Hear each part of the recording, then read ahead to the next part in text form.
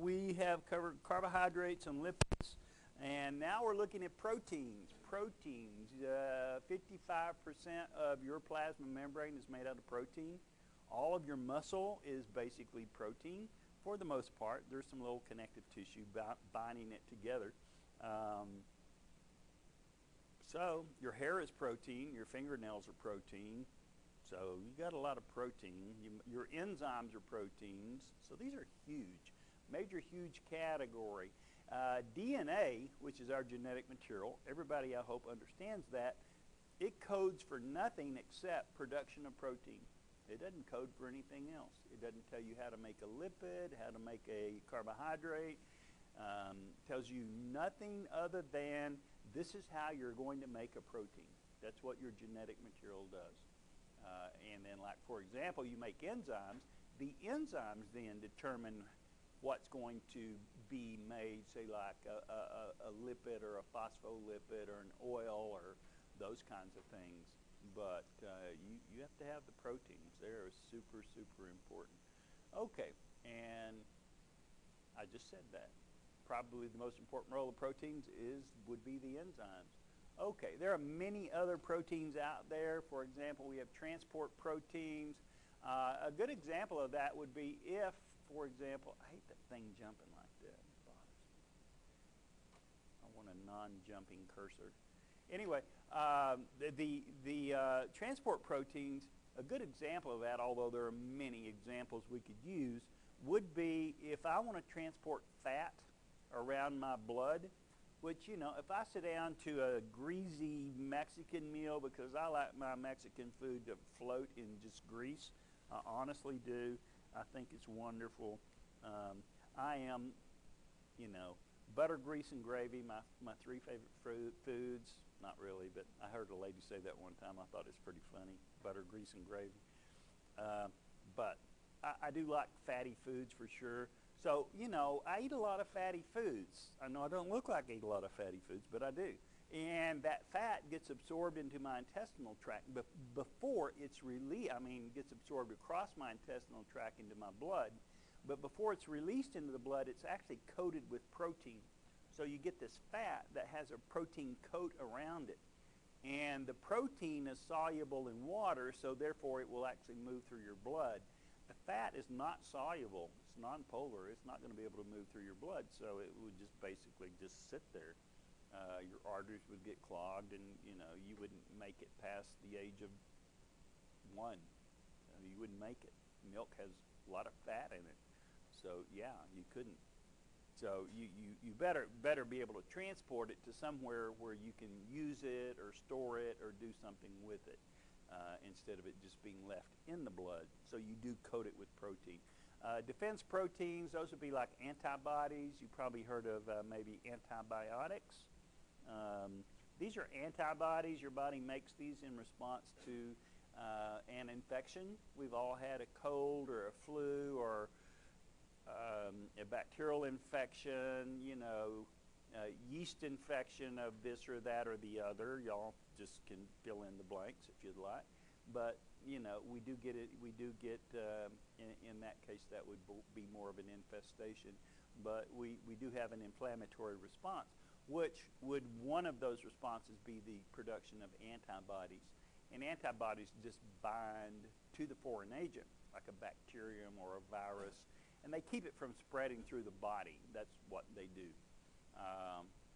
And then once they're localized, they don't spread. You can hold them at one particular spot. If you cut yourself, you're going to introduce bacteria, all kinds of garbage.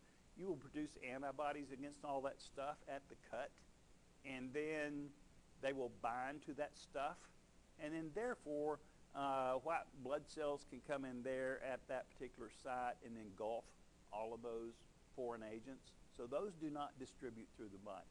They're very good. You want to make antibodies, and there are lots of different categories of antibodies. So very important.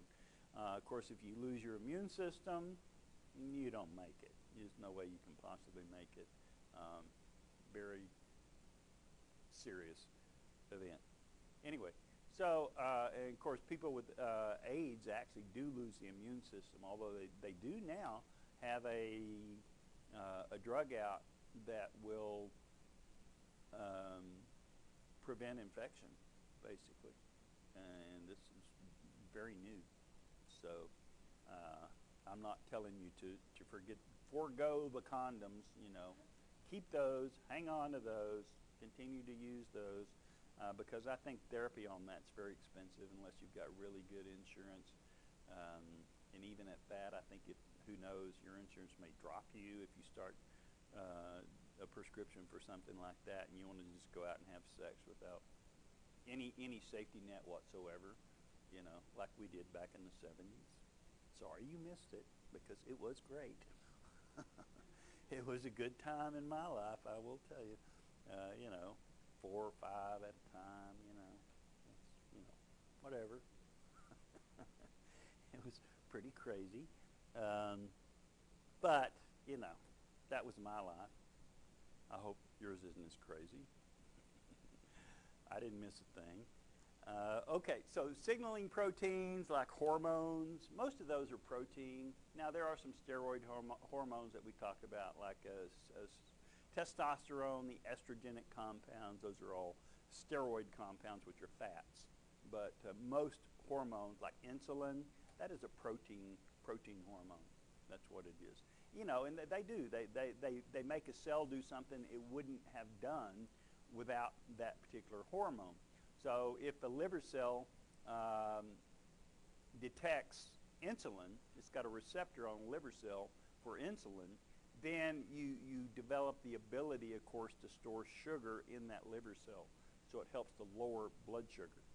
And, of course, diabetes, you're not making enough insulin, or maybe your receptors on your liver cells are not working right, so you don't actually transport sugar into the liver like you should, and it accumulates, and therefore you have all kinds of problems. And it's horrible, horrible situation. You do not want diabetes at all. Okay, other types of proteins, they talk about receptor proteins. I just mentioned those. You do have receptors. Structural proteins, like for example, collagen that you have.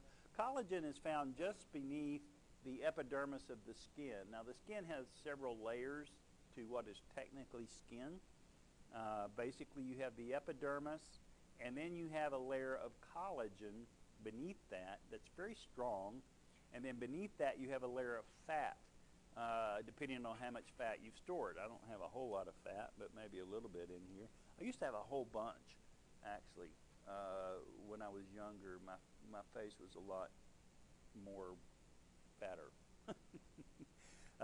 And it's kind of strange to look at the old photos and then look at the older photos, the newer photos, and just go, wait a minute, I don't even look like myself at all. But, you know, it happens. Okay, but structural protein, collagen, again, is very, very strong. It's found just beneath the epidermis, thank you, of the skin. And as you get older, you don't make as much of it, so therefore you end up with wrinkles. That's what begins to happen, you know. And, you know, a few wrinkles here and there, they don't disturb you too much. When it starts to disturb you is when you cross your legs and you notice, and you're in shorts, and you notice your skin on your legs is wrinkled. That's a slap in the face. It's like, wait a minute. Oh, man. Wrinkled legs. Man, I didn't expect to live to see this. I didn't think I'd make it till 30. You know, I wouldn't have had to suffer that. Storage proteins. One, of course, would be what you get in egg white. You know, that's what the little chicks feed on as they develop. They got to have some sort of food, so that's a storage protein called albumin. Okay, and here's a protein. This is really an interesting kind of material. This spider web, this silk that they produce. Believe it or not, this is stronger than steel. Now, they build bridges out of steel. They make steel, you know, beams that run through buildings. You know, this entire building is basically built on steel, and then they went in and filled the gaps with windows or whatever. it's held up by steel, you know. But spider silk is stronger than steel. And they predict, and I don't know if this will ever come true, maybe not in my lifetime, but they predict at some point that bridges and clothing will be built out of spider silk if they can begin to mass produce it. And, you know, houses could be built out of this. So you could have some sort of amorphous looking house. It could be in any form whatsoever, you know, not the boxy form that we're so accustomed to. It could be just really a bizarre shape. You know, they could just build it into anything, which I think could be really cool. And, you know, if you had clothing made out of that, it would never wear out. It wouldn't be like wearing steel. It's very lightweight, but much stronger. And you could wash it, and it would last forever. You just need, you know, a couple of, you know, 7 pairs of underwear for the rest of your life. You know, you're done. You know, 7 pairs of seven shirts, you're done. You know, 7 pairs of jeans, you're done. 7 pairs of socks, you're done. You know, I think it'd be pretty cool. You know, it could kill the fashion industry, but of course it wouldn't. But I'd like to kill the fashion industry. You know, so now they're trying to make shorts that are real short for men. I'm like, you're not going to do that. I'm not getting into those. I'll just go to pants, forget it. I'm not wearing short shorts, goodness. No one wants to see wrinkled legs. The longer the better for me, for sure. Okay, this process of denaturation, what happens to denature means to not have your natural form. So you can take a protein and you can alter its form with heat, or say like changes in pH, because, for example, our blood runs between a pH of 7.0 to 7.8. That's a very narrow range. But the blood proteins that we have, one of which would be, we do carry albumin in our blood. That's basically a solute that helps maintain the fluid concentration of the blood. And then we also have antibodies that we've talked about and many other things. But, you know, if our body temperature were to increase beyond a limit, now we know our Fahrenheit temperature of the body is pretty close to 98.6. Well, not always. When you wake up in the morning, if you put a thermometer in your mouth, you know, and hadn't moved, your body temperature would be below 98.6. And if you get up and run around the track out there, or start working out with weights or whatever, your body temperature will go up beyond 98.6. Sometimes you get a fever, and you may have had a fever of 103, 104. Anyone in here had a fever of 107? I do that a lot. 107? No. And I'll tell you why. Because at 107, all of these proteins and enzymes that we have in the body, instead of looking like this, they go, they just denature. They completely change shapes to where they're no longer functional. They're not going to work. The enzyme's not going to work. The antibody will not work. The receptors on the cells will not work. The membrane proteins are going to denature. They won't work. You're dead. pH of, a body temperature of 107 degrees Fahrenheit, you will not make it. You can't possibly make it. So, you know, body temperature goes up to 105 degrees Fahrenheit. You get in a tub and you begin to have ice poured on you and dial 911, you know, get something taken care of really, really fast, because those proteins just change shapes really fast. And shape is very important to the function of a protein. That's a major part of how they work. If you've got a receptor protein and a hormone supposed to fit inside of it to make something happen, like to cause hair to grow in your chest, you know, I'm just speaking to the women now. Oh, that was not too funny. I made an effort anyway. Hey, you know, any effort's a good effort, even if it falls. But, you know, you've got to have those proteins with specific shapes, enzymes. Goodness, they make things happen. And if they don't have the shape they're supposed to have, it's not going to happen. So, you know, you can alter protein shape with temperature. Body temperature goes up too high. pH goes beyond a limit, you know, above 7.8 if we're talking about blood, or below 7.0 if we're still dealing with blood. Then you denature your proteins, you're dead. You don't make it. So, very important. Proteins are made out of amino acids. Now, that's your building block. That's your monomer. Proteins are nothing but just one amino acid bonded to a second, bonded to a third, bonded to a fourth. You know, those are your monomers, amino acids. So here is an amino acid.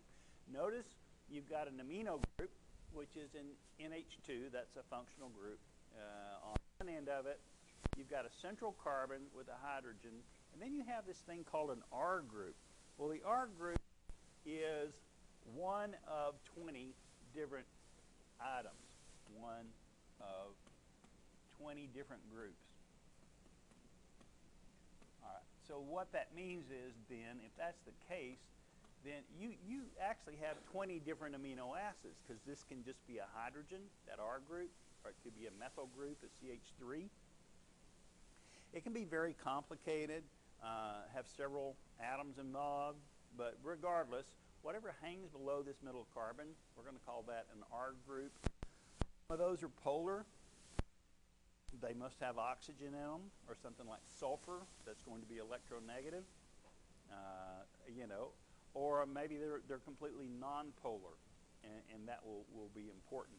On the other end of it, you have a carboxyl group, carbon double bonded oxygen, OH, and that is how we're going to bond one amino acid to a second amino acid to a third amino acid with those. So the R groups are very important as to how that protein is going to function, because that means that R groups interact with one another. And if you've got a long chain of amino acids, you've got these R groups there, they can attract to each other, and then you get bending of a long chain of amino acids. So, and let's just say that this is an amino acid, say 12. This would be amino acid number 20. This would be amino acid number 1. Amino acid number, who cares? But let's say this R group below this thing, let's say that's positive, and let's say that this R group that is below this amino acid, let's say is negative. Well, of course, we're going to get an attraction of these together. And when that does, we're going to get a bend. This chain of amino acids that I've drawn right here, those are going to bend. So you get some form of coiling or looping or different shapes to the protein, depending on the interactions of the R group. So yeah, they're significant. It determines shape, in determination of the shape of that particular protein. So very significant on that. And that's a simplistic way to look at it, but that's okay. I don't mean to be overly simplistic, or I do mean to be overly simplistic in reality. If you need to complicate this at some point, you're going to get that in other courses. You know, most of you are in this class for sure will be going into other classes where, you know, they will take, this is a foundation, they will take the foundation and then they will build on top of it. But if you don't understand the foundation, then it's going to be really impossible to build on top of it. So this, probably chapter 2 and 3 to me are the most two important chapters in the entire book. So as I was saying before, some of them are not going to dissolve in water. That's hydrophobic. Some of them are polar, so that would be hydrophilic. And if you'll notice, they're polar because they have oxygen. You've got an oxygen, well, you can see the oxygen here and here. So we're pulling electrons that direction to the oxygen. Oxygen is electronegative. Here we're pulling electrons to that oxygen. So this end of the molecule will carry a partial negative charge, and up here would be partial positive. Same thing here, partial negative. So it's polar. This would be partial positive. Water's polar. This is why many amino acids dissolve in water.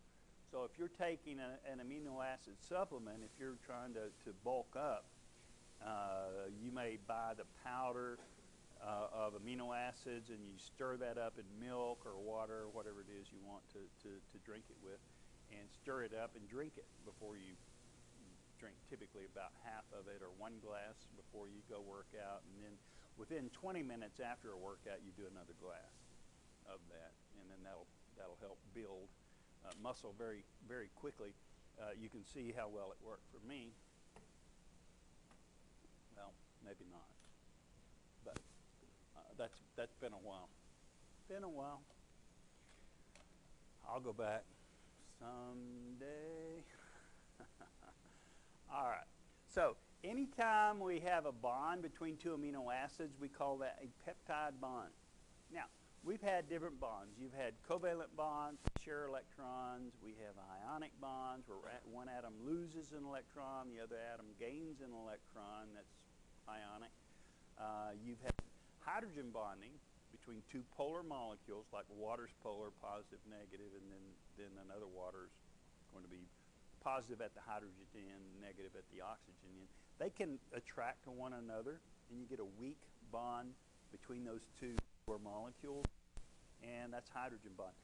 This is a covalent bond, but it's between two amino acids. So if I have, let's say this is amino acid, who knows, 12, and we are bonding that to amino acid number 6. Number 6, this is amino acid. The bond is covalent. They are sharing electrons, but specifically, because it's between two amino acids, and I'm not really sure where they came up with this or why they came up with this,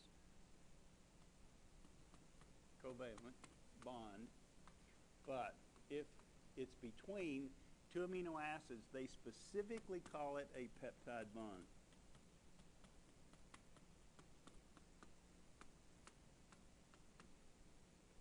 Specifically. All right. So even though it's a covalent bond, it is specifically referred to as a peptide bond.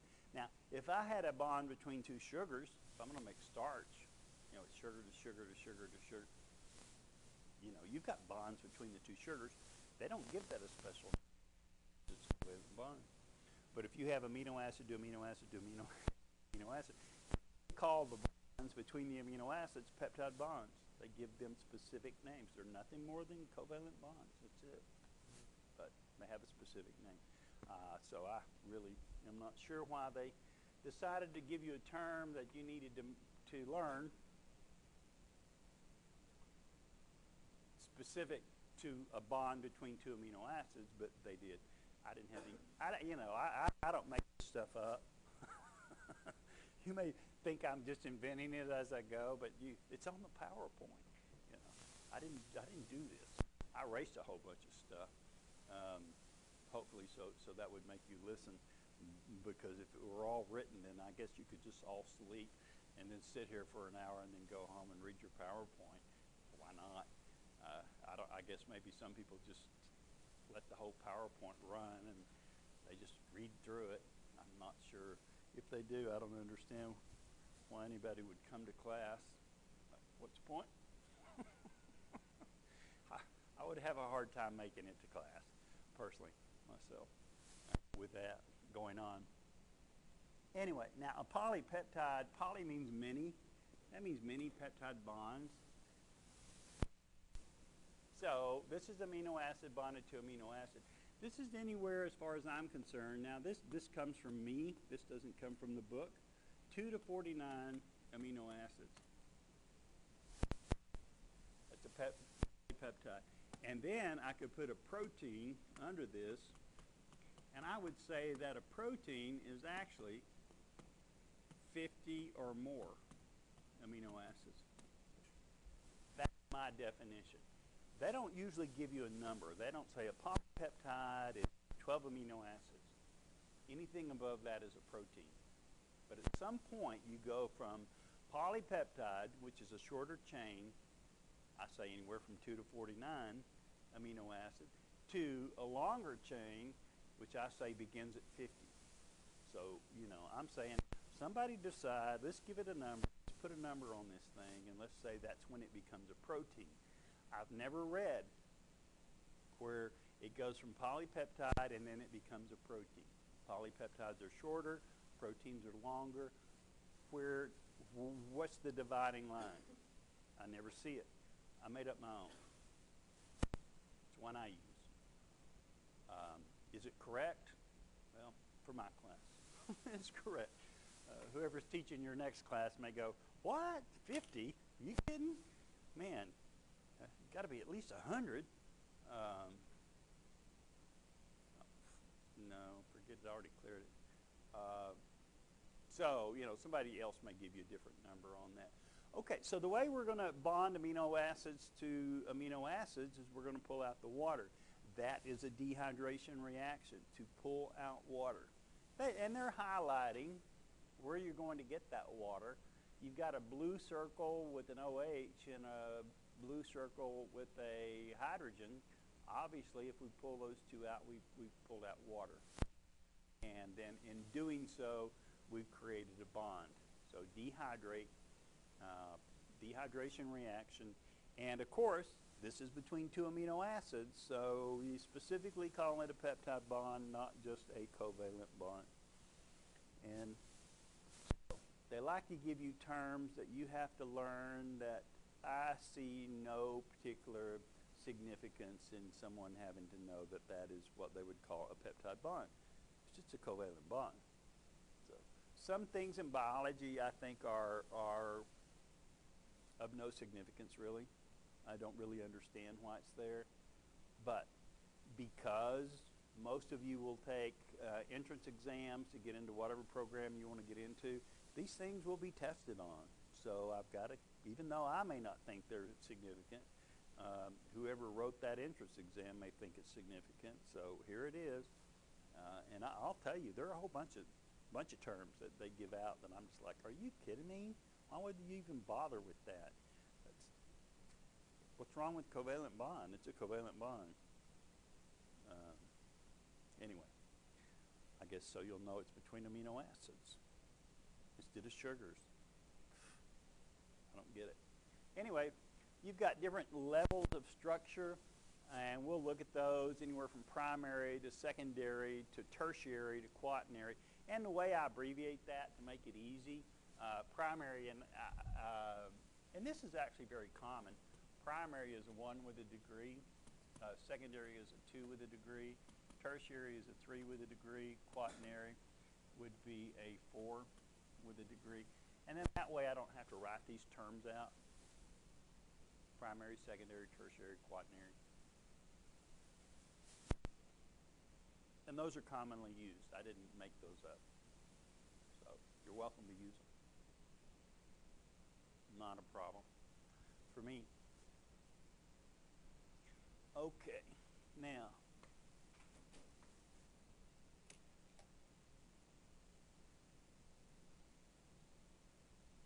okay, that animation won't work for us. Neither will that one, neither will that one, and neither will that one, although I wish they would. But let me whiteboard this thing for just a minute, and let's talk about structure. And let's go with primary level of protein structure. Primary level is the sequence of amino acids. Sequence. What order they're put into.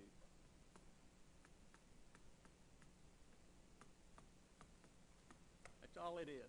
So I have amino acid number 12 bonded to amino acid number 4, bonded to amino acid number 12 again, bonded to amino acid number 3, bonded to amino acid number 20, bonded to amino acid number blah, blah, blah, blah, blah. Go black. I wasn't even doing black. Anyway, so you get a long chain of amino acids, and again, if it's going to be a protein, we have to get up to 50, as far as I'm concerned. And that sequence determines how it's going to fold, because if you'll remember, you have these R groups down here. Some of those may be positive, some of those may be negative, some of those may be both positive and negative, which we talked about polar groups. So you've got an R group that say may be negative at this end, positive at this end. And let's say this end right here, let's say that this is neither positive or negative. You know, it's a an R group, but it has no charge to it, 0. So it's nonpolar. You know, if you don't get a charge, it is nonpolar. Let's say this piece right here, let's say that one is also nonpolar. You don't get positives or negatives. Nonpolar on that one. So if I put that in water, what's going to happen is it's going to fold from here to here. You get a folding out of that.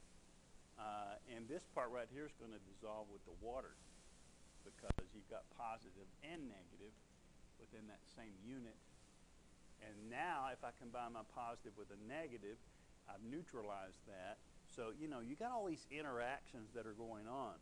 So that is a primary sequence which really determines what that protein will eventually be because the R groups begin to interact with one another. So you get all kinds of folding patterns depending on which R groups are placed into what position. You know, if you have the correct sequence of amino acids in, say, hemoglobin that carries your oxygen in a red blood cell, not a problem. But if at the next position you substitute a valine, which is an amino acid, for a glutamic acid, which is another amino acid. So if you get a substitution of just one amino acid, then you end up with sickle cell anemia, which you're anemic. Means you can't carry enough oxygen. And there's a long story to that, but we don't have the time. But so the actual which amino acids are in which order, that is very significant because you get a particular shape of whatever that molecule is. And it could be an enzyme that may be folded to be this shape. So if we wanted to bond this molecule and this molecule together, we could. Or it may be an enzyme that would have, let's use as a different example, let's say this shape. So it could be this molecule and this molecule that we want to pull in and bind. So these are all enzymes. These are the active sites of those enzymes. And of course, they draw in molecules. So you can either break things apart or put things together. So again, this is an enzyme. This is a different shape of a different enzyme. Most reactions, you have enzymes that speed up or catalyze those reactions. But this is just a folding pattern of amino acid 12 to 4 to 12 to 3 to 20 to 2 to whatever. And then it automatically folds into that position. So, you know, if you've got all these reactions occurring within a cell, those enzymes have to be very specific shapes. So you better put amino acid 20 next to 12 next to 4, next to 12, next to 3, next to 20, next to... You've got to get them in very specific order. So the primary structure is critical, absolutely critical to what that protein will actually look like. Now on a secondary level, secondary structure, what happens is you get a folding. It's actually a folded or pleated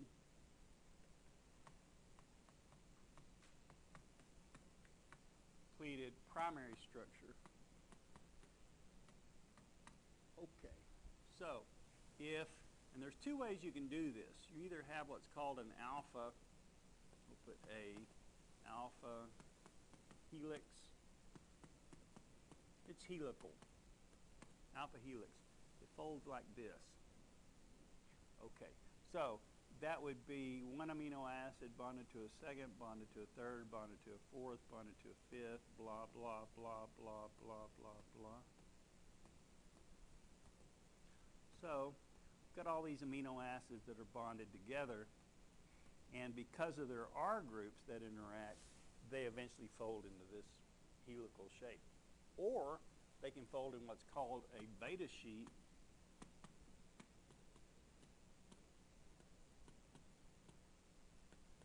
A beta sheet is actually a zigzag, or what you might call a pleat.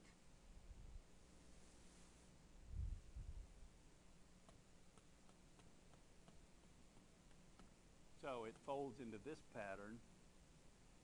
So this is amino acid bonded to next, to the next, to the next, and so forth.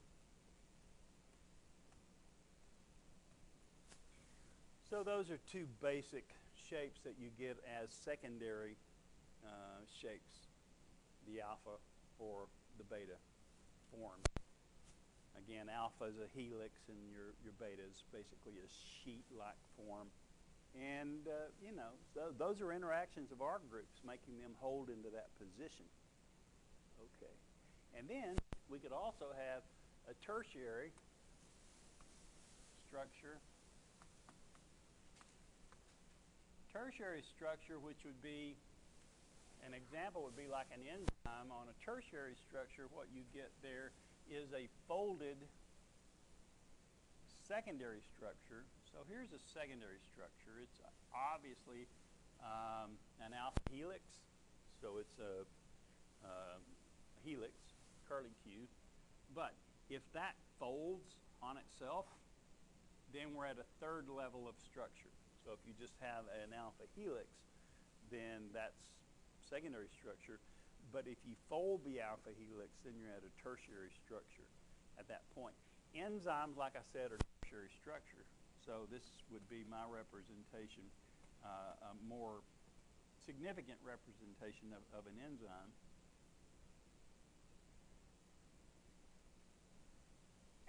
Which, again, is very simplistic. And that's okay.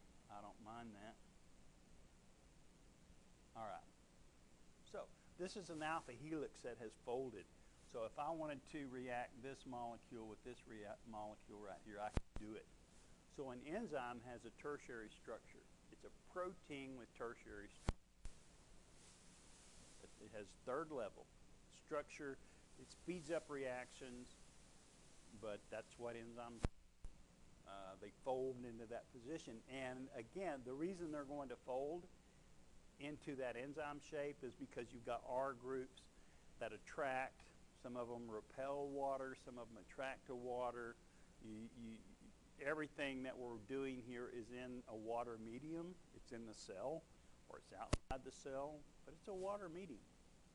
So definitely all kinds of interactions there. So the R groups are very significant as far as how it would fold up. Now you've got one more level of structure, and that's a quaternary level, fourth level. On that fourth level, that's an association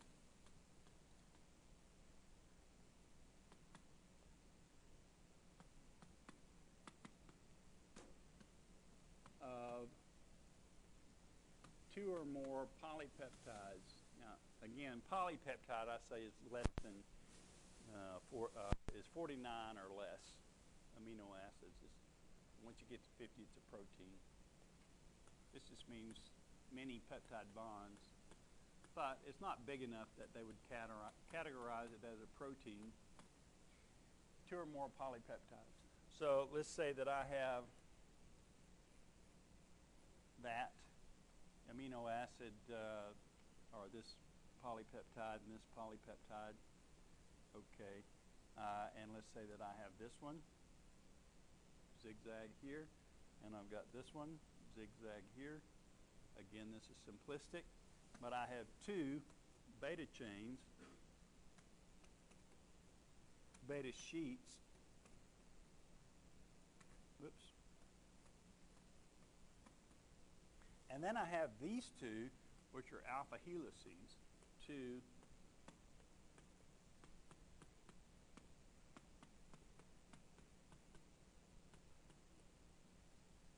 I think I spelled that right, helices. All right. So it's a combination of two or more polypeptides. And in this case, I have four that are all bonded together.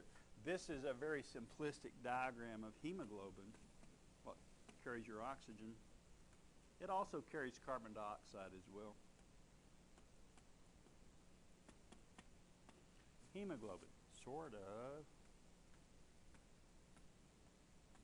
It really doesn't look just like that, but we're just giving an example of a quaternary structure, fourth level structure.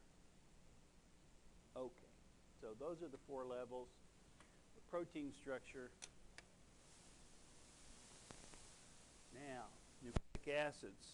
We'll run over just a few minutes because I want to get through this chapter. I really want to get through this chapter. So, nucleic acids consist of DNA, deoxyribonucleic acid. It's a nucleic acid. So, we've talked about the last group is nucleic acid. Okay. DNA, of course, you get half of your genetic material from your mom in the egg and half of it from your dad in the sperm. So your mom carries 23 chromosomes, it's DNA with some protein in it, and your dad carries 23, and those together you get a total of 46, which is how many chromosomes you have in every cell except your gametes, your sperm or egg, which will only have the 23.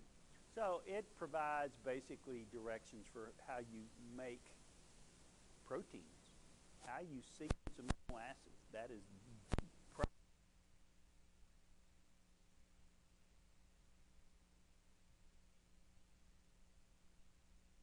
right down to the short story. What does it really do? It provides the code for how you put amino acids in order, place them in. So is that going to be an enzyme? Is it going to be a hormone? Is it going to be a pigment? What's it going to be? That's all determined by the primary sequence.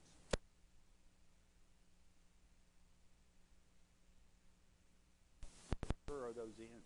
Because then they fold and they're either enzymes or they're hormones or they become structural proteins or transport proteins, or then that determines that sequence is incredibly important. The other one, which you may not be so familiar with, is ribonucleic acid, and I'll talk a little bit about that, but not a whole bunch, on the ribonucleic acid, also called RNA.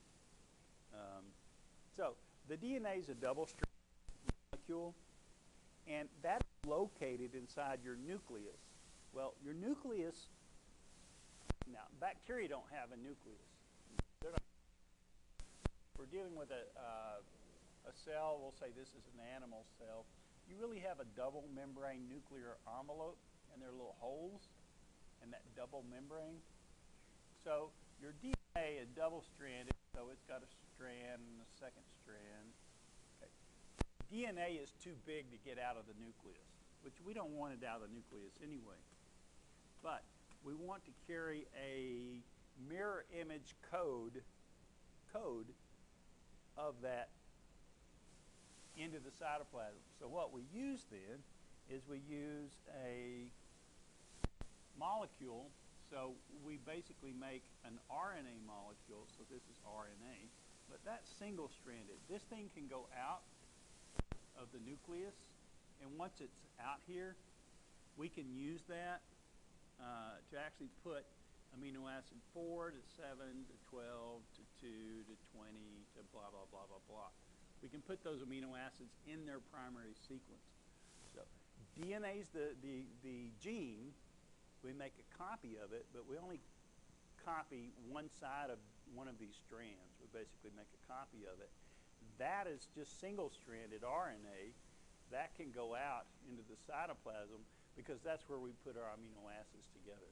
So we're using the DNA, a mirror image copy of just one half of the DNA molecule, that gene, into RNA, and then it goes out into the cytoplasm. And we sequence all of our amino acids. So again, DNA really doesn't do anything other than tell you what order to put your amino acids in. But it's just the code. You have to make your mirror image into RNA, which can get out of the nucleus, and then that's how you sequence your amino acids. And that's sort of a long story, but we just kind of slammed through that pretty fast. But we'll get into greater detail at a different time. So you do basically what they call transcription. You convert it to DNA into RNA. You make a copy of it. And then you put all the amino acids in order. 12 next to 2, next to 7, next to whatever. And then that protein then folds into either a secondary structure, which folds maybe into a tertiary, and then maybe you have associations of different amino acids so that you can have a quaternary structure. And they're made out of nucleotides. That is your building block.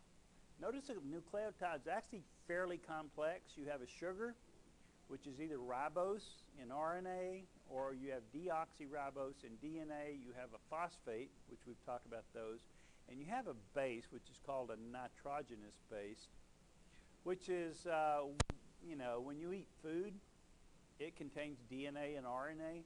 When we break those down, that nitrogenous base, we convert into a nitrogenous waste, a lot of it, and therefore we need to filter that from the blood like ammonia. It's a poison. So people know that urine has a tremendous amount of nitrogen waste in it. It has nitrogen in it. And too much nitrogen is not a good thing. Say, like if you urinated on your grass in the backyard. I wouldn't do it in the front yard. You'll get arrested. I speak from experience, not really. That's a joke. But anyway. But it's like putting too much fertilizer into one spot. If you want to urinate in the backyard, it's cool on your grass. But spread it around and urinate over here and then urinate over here and then, just spread it around a little bit. Nitrogen is a very beneficial thing for soil, very, very beneficial. So that's not a bad thing. People are like, you urinate in your backyard? Sure. Absolutely. Sure I do. Some plants actually like it. Serious. They like it. I have a plant in Alpine called an Acacia plant, and that plant just thrives. I always urinate right on top of it. It's just like, thank you. I love this. Anyway, so you can see you've got a sugar. Now this is a deoxyribose because I'm missing an oxygen at this point. Had this been a ribose sugar, a ribose sugar, there would be an oxygen here. But it's deoxy, so we are missing that oxygen, deoxyribose, which is what you find in DNA. So you have a nitrogen base, and there are 4 nitrogen bases in a DNA molecule and 4 nitrogen bases that you have in an RNA molecule. So here are the 4 that you find in DNA: adenine, thymine, cytosine, guanine. RNA has adenine, cytosine, guanine, but instead of thymine, it has uracil. So it's a little different. Like I said, it is single-stranded. It's not double-stranded. We've already talked about its function. We've already said that DNA is double helix. RNA is a single strand. We did mention with that. And you do get base pairing. So you always pair a cytosine with a guanine in DNA and a thymine with an adenine in DNA. So that's your double strand helix is what you're looking at there. Okay, so I didn't want to spend a whole lot of time on that. That will give you about, again, we'll take about